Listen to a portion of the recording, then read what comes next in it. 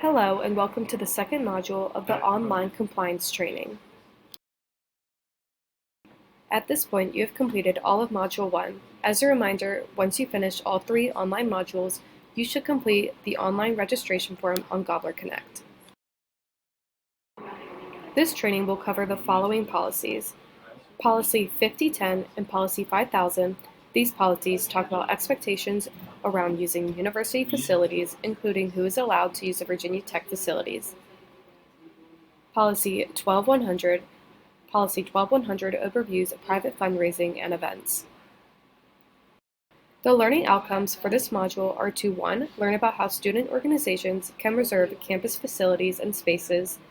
2. Define commercial activity and understand restrictions on an organization's ability to sponsor commercial activity. 3. Understand the definition and requirements for major events on campus. And 4. Overview the process of reserving spaces on campus. First, we are going to look at using campus facilities and different restrictions around who can use the facilities and what they can be used for. When talking about campus facilities, we mean different spaces across campus available for student organizations to reserve and use. Some of the most common facilities are both student centers, the drill field, and academic buildings.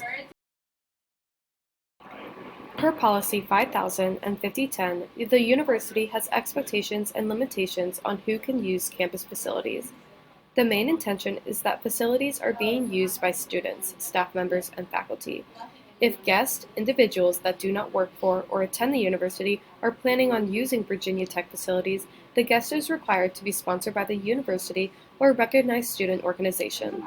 This means if fees are associated with sponsoring a guest, the sponsoring student organization is responsible for any fees related to facilities use and possible security. Regardless of who is using the space, activities are expected to be safe, professional, and not endanger the community. This means facility usage can be limited to protect the community or space. Unlawful and disruptive conduct also will be prohibited.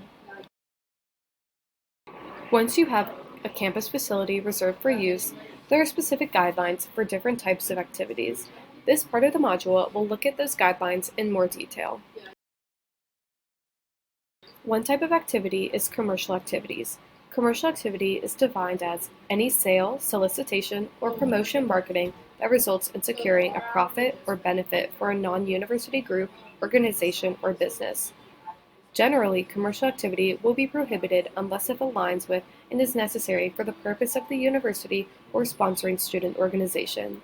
If commercial activity is allowed, the activity should be occasional and have a specific purpose.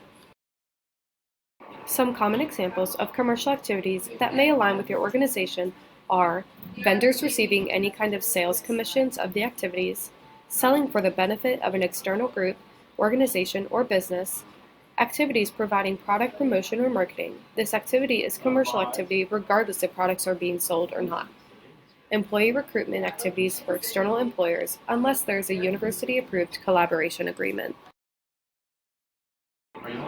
Another type of on-campus activity is solicitation.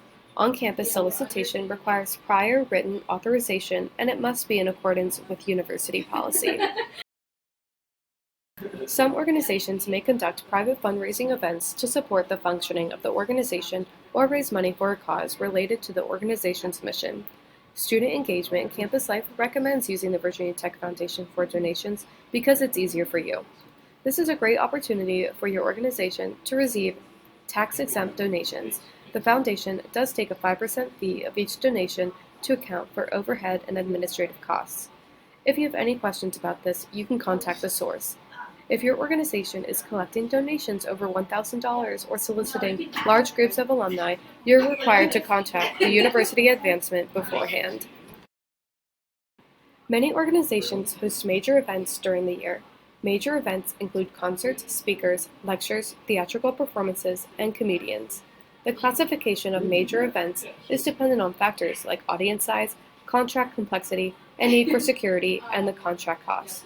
Remember, because your organization is an RSO and does not have a direct relationship with the university, Virginia Tech does not enter into contracts on behalf of the organization. If you are signing a contract for your organization, we highly encourage you to make an appointment to talk to Student Legal Services.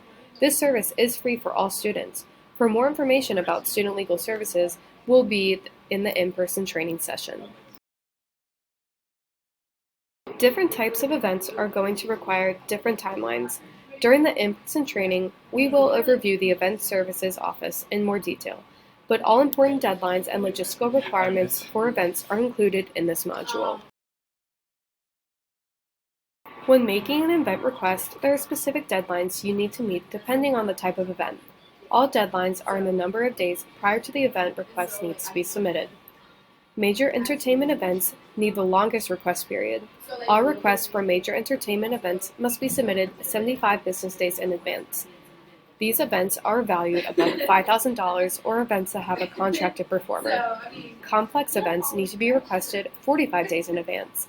A complex event is any event that occurs in a major venue and has one or more of the following: a contracted performer valued less than $4,999, alcohol, inflatables, or rides and amusement devices. 30 days prior to the event is when you should request for an intermediate event. These events are classified as any event that occurs in a major venue and has one or more of the following: production services support for lights, sound, power, video, over 300 people in attendance, minors as participants, ticket sales, or dance and martial arts. Lastly, simple events are not in the major venue and need no additional support and must be requested within 10 days of the event. Depending on what type of event you are hosting, there are different considerations for your planning timeline.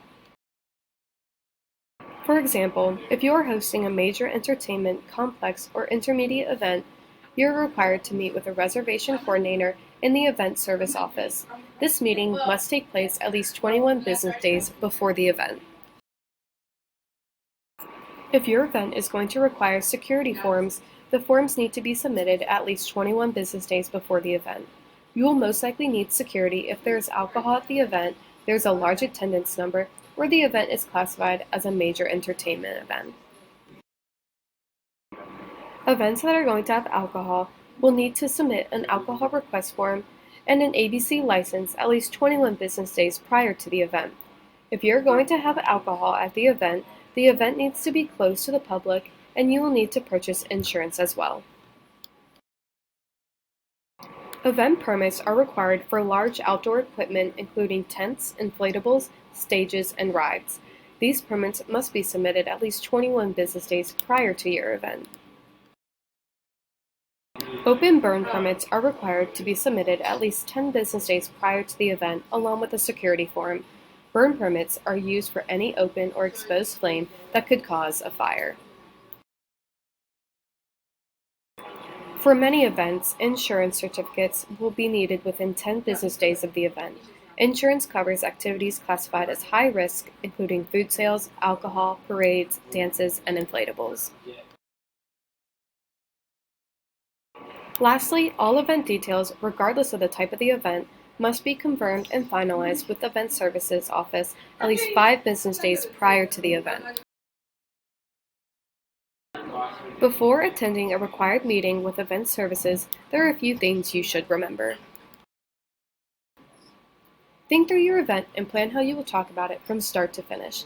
Mapping out all the major details is a helpful place to start. Your reservation coordinator can help with the small details.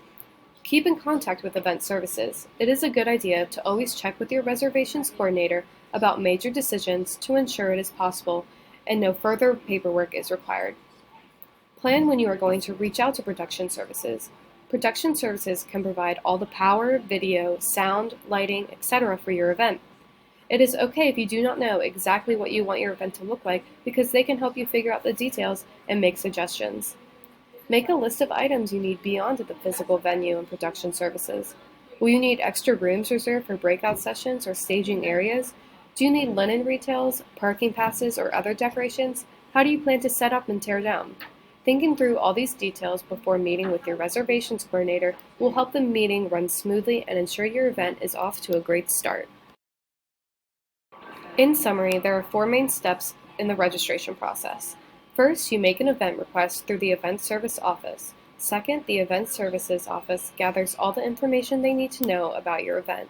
If it is a simple event, it will be approved at this point. If it is a major entertainment, complex, or intermediate event, Event Services will work with you to ensure all the campus partners are on board, like security forums, insurance, and productions. Lastly, your event will be confirmed, and then you're good to go. While most campus spaces are managed through the Event Services Office, classroom spaces are reserved through Hokie Spa. To reserve classroom spaces across campus, you need to request access to Hokie Spa. You can do this by emailing studentlife@vt.edu. In order to gain Hokie Spa access, you need to be listed on the Gobbler Connect roster for your organization. Gaining access the reserve a classroom space does not grant you permission to use the AV systems. This concludes Module 2. Key takeaways from this module include the intended use of campus facilities are intended to be used by faculty, staff, and students, including student organizations. Commercial activity is generally prohibited unless it ties to the mission of the sponsoring student organization. All major events must be confirmed at least 75 days prior to the event through Event Services Office. Classroom reservations are handled through Hokie Spa and does not grant you access to the AV systems. If you have any questions about reserving spaces on campus or planning events, you can contact the Event Services Office. If the questions are specific to reserving classroom spaces, you can contact Student Engagement and Campus Life directly. Before moving on to Module 3, Virginia Tech Licensing Standards, you are required to take the Module 2 quiz and receive a 100%.